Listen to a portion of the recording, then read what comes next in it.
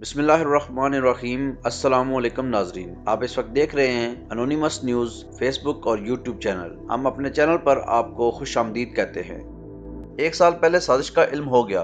इतना जुल्म मुशर्रफ की अमरीत में नहीं देखा जितना 7 माह में जनरल बाजवा ने किया। कहते थे एहतसाब भूल जाएं। क्या मैं मुल्क दुश्मन हूँ जो मेरे फ़ोन टैप किए? मुल्क डूब रहा है। 7 लाख हुनरमंद पाकिस्तानी बाहर जा चुके। ये अक्टूबर में भी इलेक्शन नहीं कराएंगे। चीफ इलेक्शन कमिश्नर इन्हें ताखीर के हरबे बताएगा। हार नहीं मानूंगा। इमरान खान। चेयरमैन तहरीक इंसाफ इमरान खान ने आइंदा जुम्मा 23 दिसंबर को पंजाब और खैबर पख्तूनख्वा की असम्बलियां तहलील करने का ऐलान किया है और कहा है कि उनकी हुकूमत गिराने का जिम्मेदार एक शख्स है और वो जनरल रिटायर्ड बाजवा है। इन ख्यालात का इजहार उन्होंने लिबर्टी चौक में कारकुनों के इज्तिमा से बजरिया वीडियो लिंक खिताब करते हुए किया। उनके साथ वज़ीर आला पंजाब चौधरी परवेज इलाई और वज़ीर आला खैबर पख्तूनख्वा महमूद खान भी मौजूद थे। इमरान खान ने कहा कि सूबाई असम्बलियां तहलील करने के बाद हम इलेक्शन की तैयारी करेंगे। कौमी असम्बली में हमारी 123 नशिस्तें हैं जिनके इस्तीफे अभी कबूल नहीं हुए। हम वहां जाकर स्पीकर के सामने खड़े होकर कहेंगे कि हमारे इस्तीफे कबूल करो ताकि हम कौमी असम्बली से भी निकलें। फिर तकरीबन 70% पाकिस्तान में इंतखाबात होंगे। हम आइन और कानून के अंदर रहते हुए इलेक्शन के जरिए इनको सबक सिखाएंगे। मैं नहीं चाहता कि यहाँ श्रीलंका जैसी सूरत हो, लोग सड़कों पर आ जाएं और तोड़ फोड़ हो। मैं चाहता हूँ इन्हें इंतखाबात के जरिए शिकस्त दें। इनको ऐसी शिकस्त दें कि हमेशा के लिए इन चोरों को नामो निशान यहाँ से चला जाए और वो तब होगा जब आप सब इसको अपनी जिम्मेदारी समझ कर निकलें। हम इन चोरों और करप्ट निज़ाम का मुकाबला करें। चीफ इलेक्शन कमिश्नर ने नवाज शरीफ के साथ बैठकर ज़िमनी इलेक्शन के लिए 8 सीटें चुनी जो हमारी सबसे कमजोर नशिस्तें थी। कौम ने मुझे तमाम नशिस्तों पर कामयाबी दिलाई। मैं 3.5 साल हुकूमत में रहा। इसके बावजूद कि बैंक करप्ट हुकूमत मिली, इसके बावजूद कि हमारे पास तजर्बा नहीं था। हम पहली दफा हुकूमत में आए थे। एक के बाद दूसरा बुरान था। सदी में एक दफा आने वाला कोरोना जैसा बुरान भी आ गया। इसके बावजूद हमारी मुआशी कारकर्दगी सबसे बेहतर थी। अब मुल्क इस वक्त उठेगा जब बड़े और मुश्किल फैसले होंगे। मुश्किल फैसलों का मतलब यह है कि मुल्की इदारों को रिस्ट्रक्चर करें, इस मुल्क में इंसाफ कायम करें। अगर अल्लाह बारी अक्सरियत देता है तो तब आप ये सब कुछ कर सकते हैं। इस मुल्क में इस्लाहात कर सकते हैं, इदारे ठीक कर सकते हैं, हम इस मुल्क को उठा सकते हैं। लेकिन वो हुकूमत उठाएगी जिसके पास मैंडेट हो। मुश्किल वक्त से तब निकलेंगे जब साफ और शफाफ इंतखाबात हों और इसके लिए अब हमारी जदोजहद जारी रहेगी। सर्वे के मुताबिक 70% पाकिस्तानी कह रहे हैं कि इंतखाबात कराओ। हमने आइन में रहते हुए हुकूमत पर प्रेशर डालने की कोशिश की। क्या ये सिर्फ इसलिए हुकूमत में है कि इनके करप्शन केसेस मुआफ हो जाएं या नवाज शरीफ को पाक कर दें और फिर नेल्सन मंडेला पाकिस्तान आ जाए?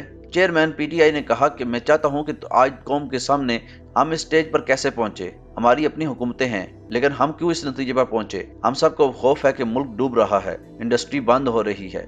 मायूसी का ये आलम है कि 7 महीने में 7 लाख पाकिस्तानी मुल्क छोड़ कर चले गए। इसमें इंजीनियर, डॉक्टर और दीगर हुनरमंद लोग थे। हमने पहले साल पाकिस्तान को संभाला और फिर पाकिस्तान की शरह नमो में इजाफा किया। मेरा आज सवाल ये है कि इस रजीम चेंज का जिम्मेदार कौन था? जब मईशत बढ़ रही थी, क्या वजह थी कि हुकूमत को गिरा कर चोरों की हुकूमत को ऊपर बिठाया गया? कौन जवाब देगा? गैर मुल्की सरमायाकारी आधी रह गई है। हमारे दौर में बैरून मुल्क पाकिस्तानी सबसे ज्यादा डॉलर्स भेज रहे थे। आज बेरोजगारी बढ़ रही है। बाहर से किसी को इस हुकूमत पर एतमाद नहीं। अगर इन्होंने मईशत को संभाला होता तो कहते चलें ठीक है, अपना टाइम पूरा कर लें। लेकिन मुल्क तो नीचे जा रहा है। मुझे खौफ है ये डिफॉल्ट की तरफ जा रहा है। मौजूदा हुकूमत के पास कोई रोड मैप नहीं है। ये सिर्फ एक चीज चाहते हैं कि किसी न किसी तरह इलेक्शन में ताखीर करें। इसलिए नहीं कि इन्होंने मईशत को उठा देना है, इसलिए ताखीर करना चाहते हैं कि ये इंतखाबात से खौफजदा हैं। उन्हें डर है कि जब ये इलेक्शंस होंगे उन्होंने हार जाना है। अपने आप को बचाने के लिए ये मुल्क को तबाह कर रहे हैं। मैं समझता हूँ कि ये अक्टूबर में भी इंतखाबात नहीं करवाएंगे। इलेक्शन कमिश्नर इनके साथ मिला हुआ है, वो इनको तरीके बताएगा कि इलेक्शन में ताखीर कैसे की जा सकती है। इमरान खान ने कहा कि किसने चलती हुई हुकूमत को साजिश करके बैरूनी साजिश का हिस्सा बन के गिराया। इसका जिम्मेदार कौन है? इसका एक आदमी जिम्मेदार है, उसका नाम है साबिक army chief general retired Qamar Javed Bajwa. मैं उसके खिलाफ इसलिए नहीं बात करता था कि ये आर्मी चीफ थे। आर्मी चीफ के खिलाफ इसलिए बात नहीं कर सकते क्योंकि फौज का नाम बुरा ना हो। इसलिए हम चुप करके बैठे रहे और ये सारे तमाशे देखते रहे कि कैसे साजिशें हुई। ये जो सारी साजिश हुई थी किसी और को ना कहें, ये एक आदमी था। वो उस वक्त के army chief general retired Bajwa थे। उन्होंने हमें हटाने का फैसला किया। जिस तरह मुस्तफा खोखर ने बताया कि बाप MQM शाहजहान बुगटी का सबको पता था। सबको पता था कि उन्हें एस्टेब्लिशमेंट से जिधर जाने का हुक्म मिलेगा उन्हें वहां जाना है। इसको इधर भेज दिया और हुकूमत गिर गई। इसके बाद हमारी मकबूलियत बढ़ना शुरू हो गई। ज़िमनी इंतखाबात में रियासती मशीनरी की पूरी मदद के बावजूद ये हार गए। कौम ने अपना फैसला सुना दिया। افسوس کی بات ہے کہ بجائے سمجھے کہ جنرل ریٹائرڈ باجوہ آپ نے غلطی کر دی ہے اور آپ چیزیں ٹھیک کریں، ہمارے اوپر ظلم شروع ہو گیا۔ ساری قوم کو پتا ہے کہ NRO2 جنرل ریٹائرڈ باجوہ نے دیا۔ میں جب حکومت میں تھا انہیں کہا کرتا تھا کہ یہ 30 سال سے چوری کر رہے ہیں، ان پر کرپشن کے کیسز ہیں، نیب کو آپ کنٹرول کرتے ہیں، کیوں ان کے کیسز آگے نہیں بڑھاتے؟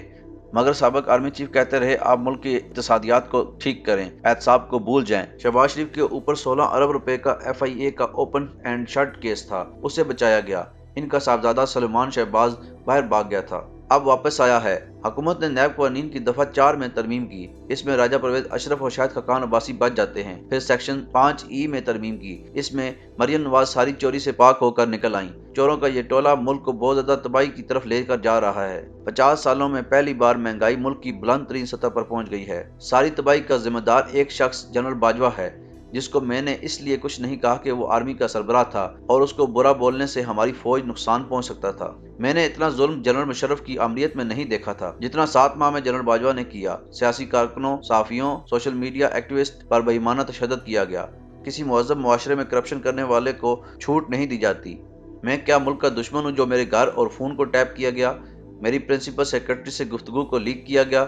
مجھے 1 سال پہلے ہی سازش کا علم ہو گیا تھا، مگر جب اس بارے میں باجوہ سے پوچھا تو انہوں نے ہمیشہ انکار کیا اور کہا کہ ہم ایسا نہیں کر سکتے اور نہ ہی کریں گے۔ اقتدار سے ہٹائے جانے کے بعد مجھے اللہ نے پہلے سے زیادہ عزت دی، مگر ملک نیچے چلا گیا۔ جب ہم اس پر سوال کرتے ہیں تو ہمیں مارا جاتا ہے، مگر میں کسی صورت ہار نہیں مانوں گا اور قوم کے لیے جدوجہد کرتا رہوں گا۔ آزادی مارچ سے قبل میرے ارد گرد کے لوگوں کو معلوم تھا کہ مجھ پر قاتلانہ حملہ ہوگا، مگر جب میں بشرا بی بی کو خدا حافظ کر کے نکلتا تھا تو وہ ہمیشہ اللہ حافظ کہتی اور انہوں نے کبھی نہیں روکا اور کہا کہ یہ جو آپ کر رہے ہیں وہ جہاد ہے۔ اس پر میں بشرا بی بی کو سلام پیش کرتا ہوں۔ عمران خان کا خطاب دیگر بڑے شہروں میں بھی بڑی سکرینوں پر دکھایا گیا۔ قبل ازیں عمران خان کی زیر صدارت زمان پارک میں اہم اجلاس ہوا جس میں اسمبلیوں کی تحلیل پر مشاورت کی گئی۔ پرویز الہی اور محمود خان بھی شریک تھے۔ وزیر اعظم آزاد کشمیر اور ان کی کابینہ کے ارکان نے بھی عمران خان سے ملاقات کی اور ان کے سیاسی ایجنڈے اور حکمت عملی کی مکمل حمایت کا اعلان۔ آخر میں آپ سے درخواست ہے کہ ہمارے YouTube چینل کو ضرور سبسکرائب کیجیے اور گھنٹی کے بیل آئیکن کو ضرور دبائیے۔ آپ کا بہت شکریہ۔ اللہ نگہبان۔